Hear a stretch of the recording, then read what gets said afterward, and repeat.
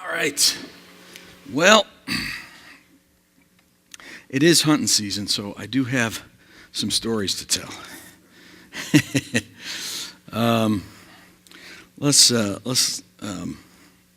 Let me just start with this. All right. About a week ago, I got a chance to get out finally with my crossbow, and I have to say that for all the hunters in here because everybody knows that guys with crossbows are wimps, and it's the compound bows that really are the all in all. But I'm old, so I get to use the crossbow, and it was great. First time out, I took my daughter Katie. Is she back with the kids? Where's Katie this morning? There she is. Man, we had a great time. I mean, we just sat out there for an hour, but I tell you, we had a good father-daughter time out there in the woods. Went out the next day, and it was awesome. I'm sitting there, and within no time, 45 minutes maybe, a nice big doe comes walking right up to me. I turned, and bam, there she was, 10 yards away. I know what you're thinking. Boy, he got her, right? I mean, that's 10 yards away. You can't miss that. But the problem is, I didn't have my bow up, and as soon as I picked it up, man, she saw me and took off. But it was so cool. I mean, heart's pounding like crazy.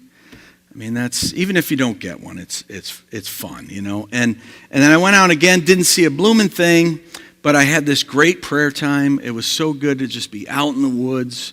I really, I was thinking out there, this is why Jesus went out into the wilderness and, the Bible says lonely places to pray. Because when it's just you and God and you're just out there, man, the connection is just amazing. I just feel like I can really pray. I can really hear God speak. And everything was amazing until later that night I got a text from Jeremy Bennett. And there were no words. It was just a picture. It was a picture of Jeremy with a 10-point, 185-pound buck that he got that day. And suddenly, all of that wonderful prayer time that I had and the father-daughter time that I had and that doe that just made me heart pound, it all went out the window. I was just so frustrated. Why? That was his first time out. He's the new guy in Janesville. How does he get to go out on private land, as a farmer, and I'm out there in public land? I'm getting all caught up, and it's not fair. I'm exaggerating, all right? Even though I do hate Jeremy. All right, I am exaggerating a little bit, but I'm exaggerating to make a point. We live in a world where everything can be going great for us, and we're still not happy. Have you ever been there? We're just discontent. I mean, things, are going relatively okay, and yet we're not happy with it. We are constantly bombarded in the media, on TV, and wherever. I mean, you can't go on Facebook now or any of these social media things without getting tons of these advertisements of stuff you need. And you need it now. And this is the worst time of year because we got Black Friday coming, and then you got Cyber Monday coming, and everyone's telling you all the stuff that you've got to have to make you happy. Limited time offer, buy, right now, Have you ever had trouble with just being content with what you got? No show of hands, because I'm sure, if we were all going to be honest here, every hand would go up in this place, right? There have been times when we're just not happy. We're not content. We wish that we had more. We wish that we did more. We wish that there was more. Bigger is better, and more the merrier, and just got to be more. Because, ultimately, it's not,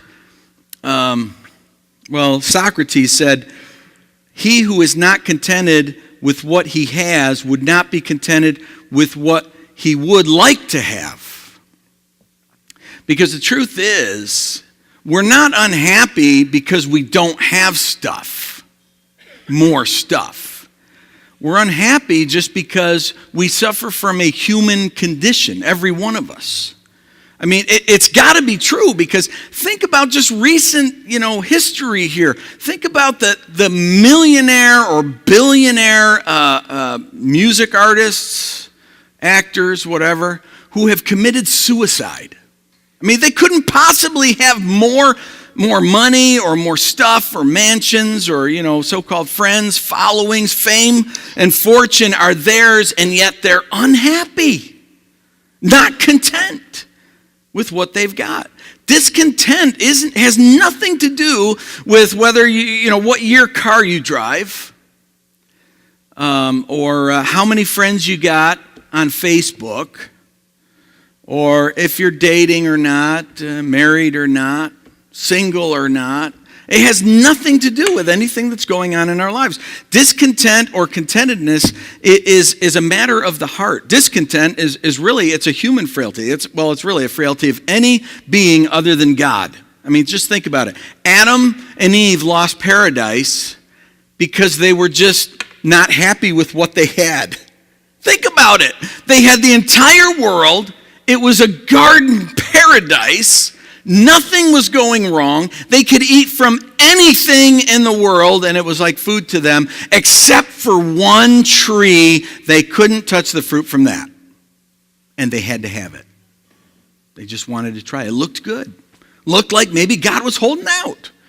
And they tried it, and the rest is history. Think about all the angels. A third of the angels, according to the book of Revelation, fell from heaven because they just wanted more. They weren't happy with all of the riches in heaven, all the streets of gold and stuff that we talk about, that we sing about in the hymns and whatever. It wasn't good enough for them.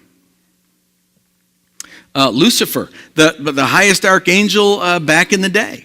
I mean, he was tops. But he wanted more. He wanted to be God, basically. Discontent, just not happy with anything and everything. Contentment is one of those Christian virtues that is the most difficult, I think, for any of us to attain. And yet it is something that is really important for us to attain. And now when I'm talking about contentment, I want to just make sure you understand. I'm not talking about complacency. I'm not talking about just settling. Not people like that, right? Some people handle the misery of discontent by just saying, "Well, I didn't want that anyway." When it's just a mind game, Like I think about when we were kids. I don't know. Maybe did you guys do this? You're playing kickball and you're trying really hard, and then your team loses, and you're so bitter, you're so angry. Other kids on the other team are making fun of you, and so you pull it out, right? Yeah, we lost on purpose. Anybody else ever do that? That was like the thing, back in my neighborhood, I guess, just lost on purpose. Yeah, we didn't want to win. I'm not talking about mind games, when I'm talking about contentment. I'm not talking about just settling. You got a leaky roof and it's coming through the ceiling and you just don't even care, whatever, and you just take a pot from the kitchen and stick it under the leak and say, well, the rain will be over soon. I'm not talking about that. That's not contentment. That's not what I'm talking about.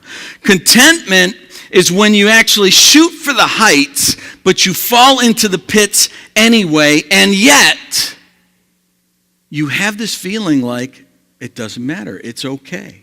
I'm going to be fine anyway.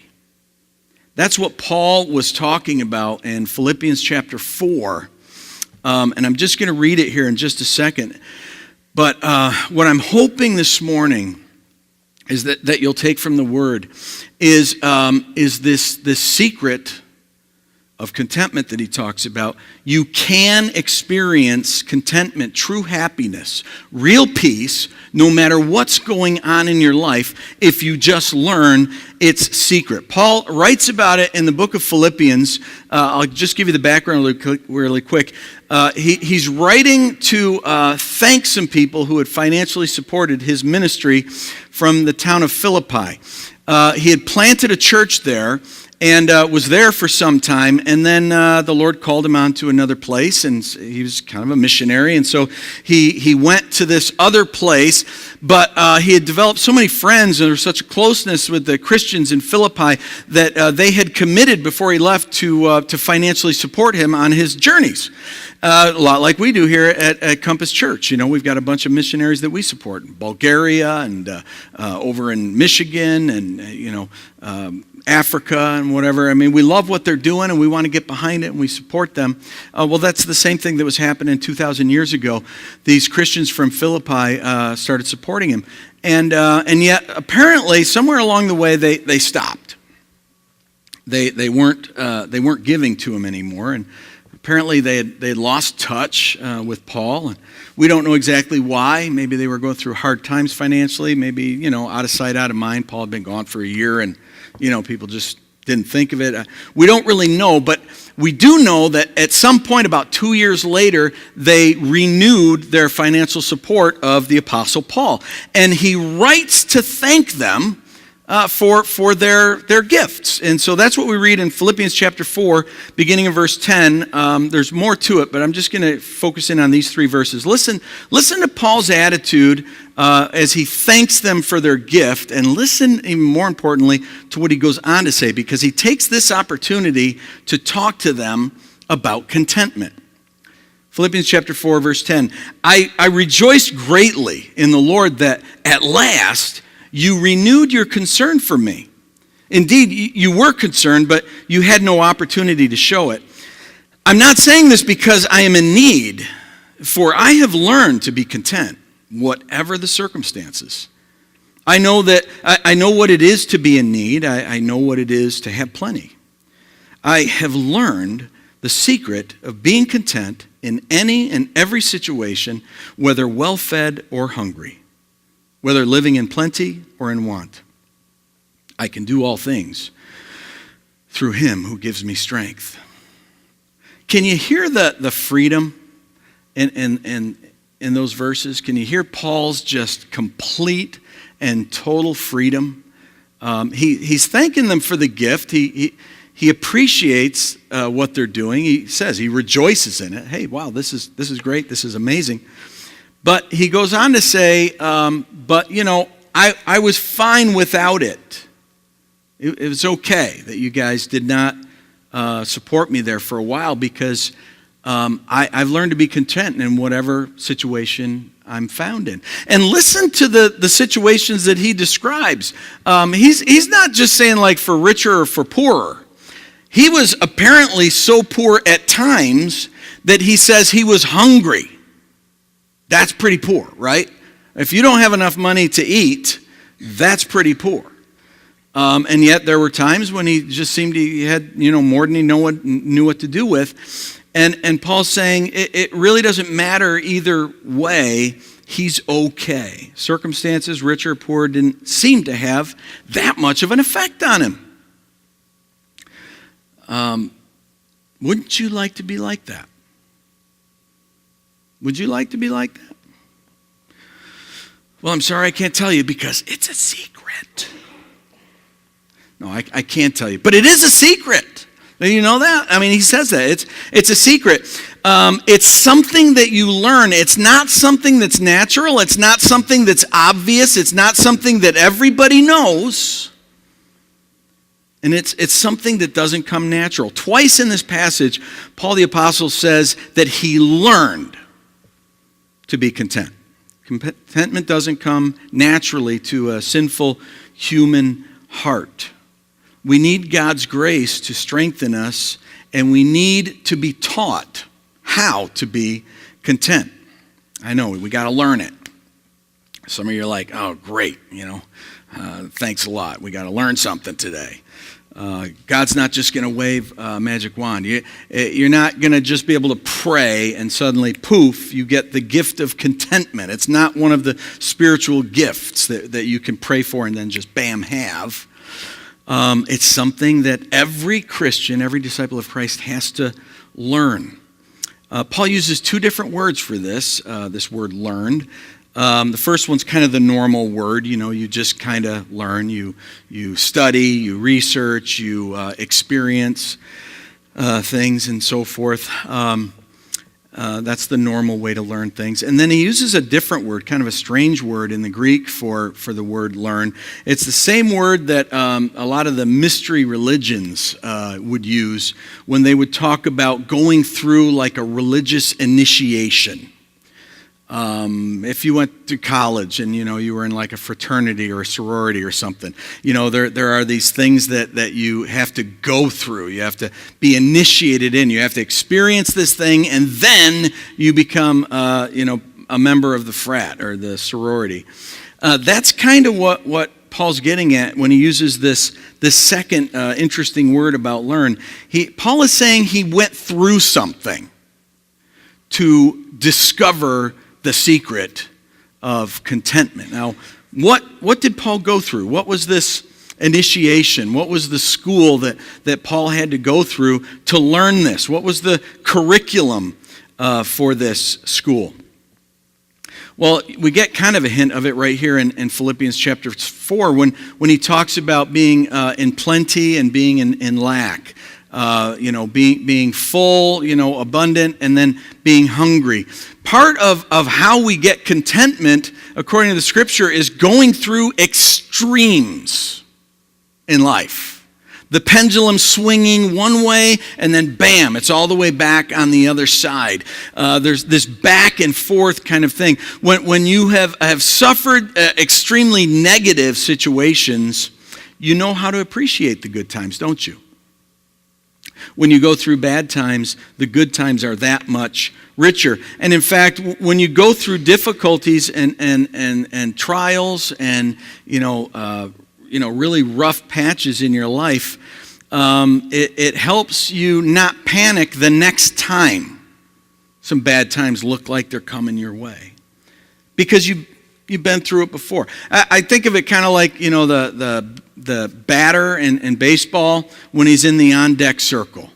You know what I mean? In the on-deck circle, they put those weights on the bat as they're taking their practice swings, or, when I was a kid in the sandlot, when you're on the on-deck, you pick up 3 bats and you just swing those things, right? If you've got a pitcher that's going to be tossing you, a 100-mile-an-hour fastball or something, that bat needs to feel just light as a feather. So when you're in the on-deck circle, you pick up 3 of those things, or you put those weights on it and you swing that thing. It feels real heavy, but man, once you drop those other 2 bats, it's like, man, this is nothing, Bring it on. That's what happens when you go through difficulties and trials, when things are really heavy, and then you get through it. When you see something else heavy coming, whether it's a 100-mile-an-hour fastball, or you're waiting for a doctor's report,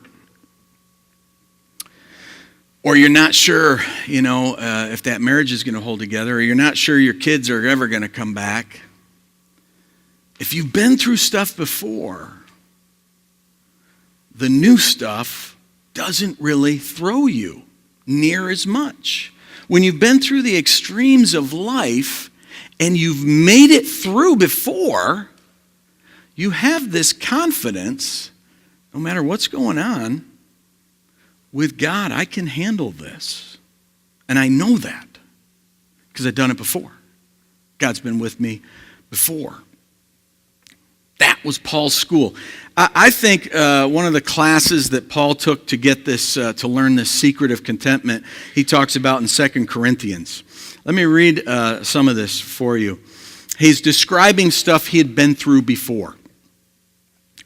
2 Corinthians chapter 11 says, 5 times I received from the Jews the 40 lashes minus 1. 3 times I was beaten with rods. Once I was pelted with stones. 3 times I was shipwrecked. 3 times shipwrecked? I spent a night and day on the open sea. I have been constantly on the move. I've been in danger from rivers, in danger from bandits, in danger from my fellow Jews, in danger from Gentiles, in danger in the city, in danger in the country, in danger at sea, in danger from false believers. I have labored and toiled and often gone without sleep. I have known hunger, there it is, and toiled, and thirst, and have often gone without food. I have been cold and naked. Man, that's a serious seminary class right there. I will be honest with you, they never taught that in my seminary. I never learned that. I had to learn that after I got out of seminary. And I found out what they paid pastors back in the 90s. And I've got, debt like, out the wazoo. But Paul went through it. And here's what else he says in 2 Corinthians chapter 4. He says, we are hard pressed. Now he's speaking about everybody, not just him, but he's speaking for all Christians. He says, we are hard pressed on every side, but not crushed. Perplexed, not in despair. Persecuted, but not abandoned. Struck down, but not destroyed. And I think there's the secret. He's hinting at the secret right here. Struck down, but not destroyed. When you know that difficult times are coming, maybe you're about to lose something that's very important to you. Maybe it's your bank account. It's just going to get wiped out. Maybe it's your job. Maybe it's a spouse, maybe a kid. I mean, you pick the thing. I mean, there's stuff that's important to every one of us. And you're about to lose it, and there's a good chance you think it's going to kill you, right? Maybe some of you guys, here, been through divorce. You got the Dear John letter. And you're wondering, man, what's going on? All these years, I thought everything was fine. Where's she going? What's going on? I can't take this. And you really believe that. You can't take it. There are people who are about to lose stuff and they start thinking, I can't take this pain so bad, I'm just going to end it all. It would be better for me if I just wasn't around anymore. The pain I'm going to experience if this thing happens, I literally can't take. It will destroy me. But Paul says we go through all of these horrible kinds of things. We are struck down, but we're not destroyed. You guys, I'm sure every one of you in here, I don't care how old you are, you've been through things that you thought were going to kill you, and you hung on for whatever reason. It happened, whatever it was, and you're still here. Struck down, but not destroyed. And in fact, you may be surprised that you're not destroyed. Somebody walked out on you, and you thought that was going to kill you. You maybe even thought you would kill you, but you didn't. And a week later, a month later, you're starting to move on with life in a way that you never thought, you really, truly never believed you could ever do in a million years, and you find out what you thought was going to kill you didn't. Like they say, the stuff that doesn't kill us only makes us stronger. And that's what you found out. Struck down, but not destroyed. And there's the secret of contentment. There's at least how we get it. Oftentimes we go through these extremes of life where everything seems to be going great one minute, and the next minute the bottom is falling out. But we hang on, and really truly what's going on is God hangs on to us, and we find out, I actually can't get along without that. I didn't want to get along without that. I would have never dreamed in a million years that this would be happening to me. But I'm going to be okay, I guess. Things are going to be different. Maybe your kids walk away from Christ and just a horrible disappointment. You didn't think you could take that. Spouse walks out. Maybe your parents get divorced. Maybe the doctor says there's nothing we can do. And you think there's no way. The worst possible things happen to us. All the things that made our lives meaningful and enjoyable ripped away from us. And you think it's going to kill you, and you think it's going to destroy you. Paul literally was more than once left for dead. Everyone thought he was dead. Probably he thought he was dead. And then he woke up. Didn't destroy him. And that's the secret. And I think that's sometimes why the Lord lets us go through tough times. I mean, Jesus was pretty clear on this. He said, you got to love me more than your father and your mother. More than the people that are closest to you. More than your family, more than your lands. More than once, Jesus told people they had to sell everything that they had to come follow him. Because the truth is, we do hold on to things. We like to add Jesus to our lives, but when push comes to shove, we don't want Jesus to be all of our life. We still want our nice family, and we want our bank account, we want our car, and we want nice kids and cool parents and all of this stuff. And if all of this stuff and Jesus were in our lives, then everything would be great. But the truth is, to really be happy, to know peace and joy that doesn't come from circumstances, and to know God, your Savior, in the way that you need to, where he truly is your all in all. Sometimes we have to lose things so that we can make a decision whether, like the songs we sang a minute ago, I will follow, whether that's really true or not. I mean, think about it. What if you lost? Think about your most prized things right now. What are they? If the Lord allowed that all to go away, would he be enough? One of the things I don't think about very often, till I get sick, is my health. I don't think about it very much. I was out hunting all weekend, gun season, sitting on them crazy little stools that are very uncomfortable for me these days. And last night, I'm like walking around like this. Oh man, every time I put weight over on this side, I feel this shooting pain. You know, I don't get sick that much. So when I do, I'm losing my health in some small way. Man, I'm like a big baby. I just, feel like I'm dying, I know that's nothing compared to what my father-in-law is going through right now, and some of you in here. And I'm talking to somebody just 2 weeks ago who had a cancer scare, and thank God it turned out to be nothing, but what if you were going to lose your health?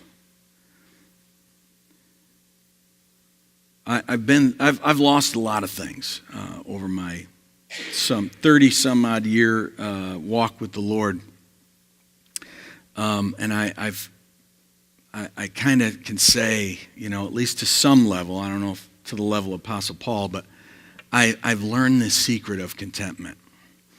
I haven't talked about it in a couple 3 years probably, but there was a time when my wife and I were like rolling in the dough. She was like this big real estate exec down on the west side of Chicago. She was making like six figures, you can have a lot of six figures, you know what I'm saying? There's the 100,000, there's the 200,000, and on up. Those are all six figures. Well, we were making some serious six figures. I was doing pretty good, just as a staff guy at this mega church. And the economy crashed we owned like 6 houses, and the economy crashed, and we lost everything, including our own house. Sold it for half of what it had been worth just a few years before. We went from rolling in the dough to literally going into commercial garbage cans for food. I've learned, there may be more I got to learn, but I have learned Jesus is actually enough. I wouldn't want to go back, to dumpster diving, although, it does offer some pretty fun discussions around our dinner tables these days. We talk about those days. Weird. We talk about them fondly. But see, we've been through it. We trusted God in the middle of it. We found out that He was enough. We could literally go through times where we were hungry, and here we are. Bunch of friends, great church, nice community in Janesville.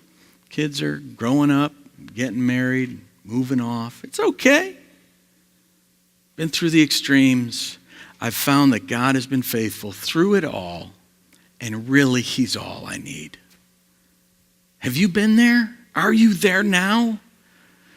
I'm telling you, if you haven't been through the extremes, just prepare yourself. They're going to come. It's part of what the curriculum is for every disciple, every student of the Lord. He's going to send you through it. And I'm here to tell you now, before you get there, He will be faithful and He will get you through it. You're going to find out that your relationship with Jesus just gets sweeter and sweeter in those times. It's going to feel like it's going to kill you when you're going into it. But when you're into it, He'll be there, and you're going to be surprised that you can handle something you never thought you could handle. And when you come out of it, you're going to be stronger, because what doesn't kill us only makes us stronger. And you're going to find out half the stuff that scared you before you went into that school of contentment doesn't scare you anymore. You can take just about anything. And that is exactly what God wants you to have. He wants you to have iron in your backbone and grit in your look, where you can face down anything and still be just that strong man of God, woman of God, and know that the peace of God will be with you through it all. That's some good preaching, ain't it? Can I get an amen for that? That was awesome. Right now, you may be going through some hard times. God's teaching you something. Get that lesson.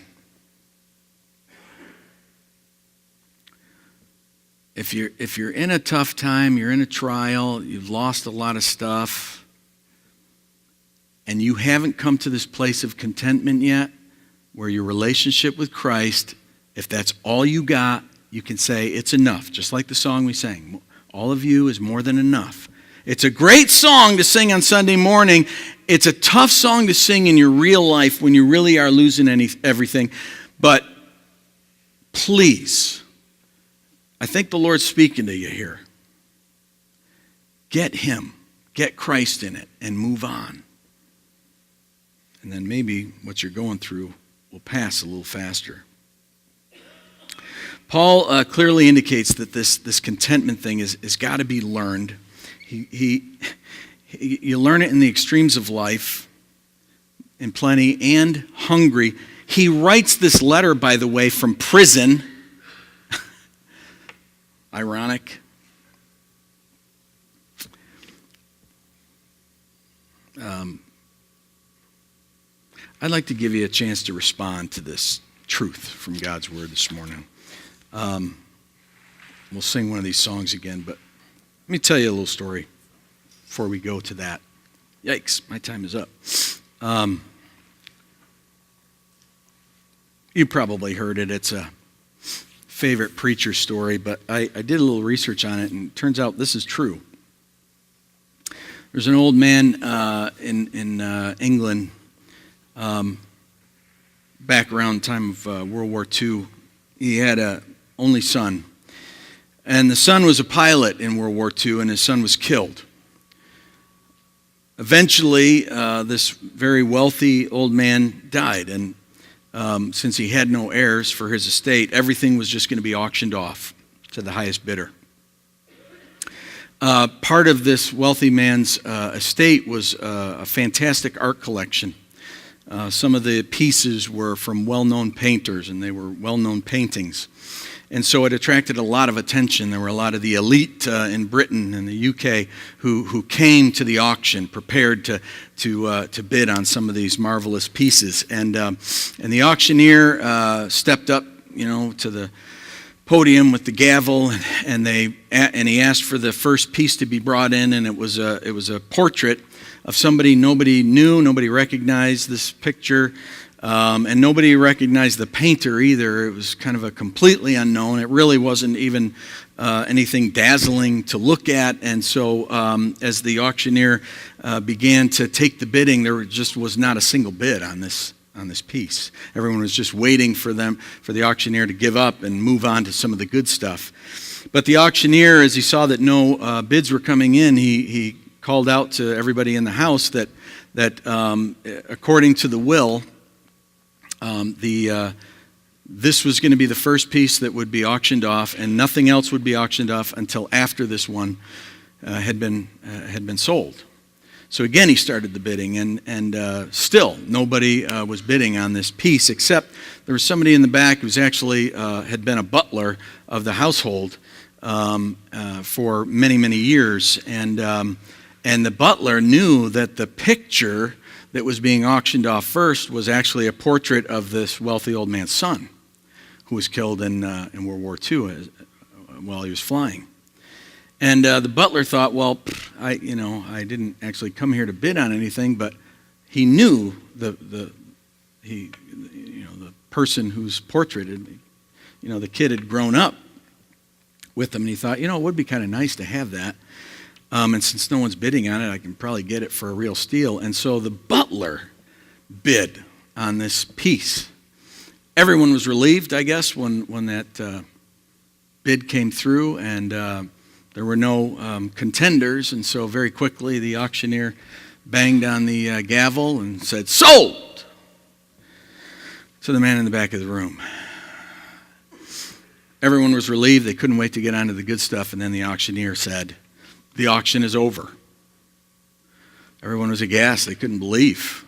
Auction was over. We got all these great things. What are you talking about? And then the auctioneer went on to say that according to the will, it was the wealthy guy's desire that the portrait of his son be sold first, and whoever purchases the portrait of the son gets the entire lot.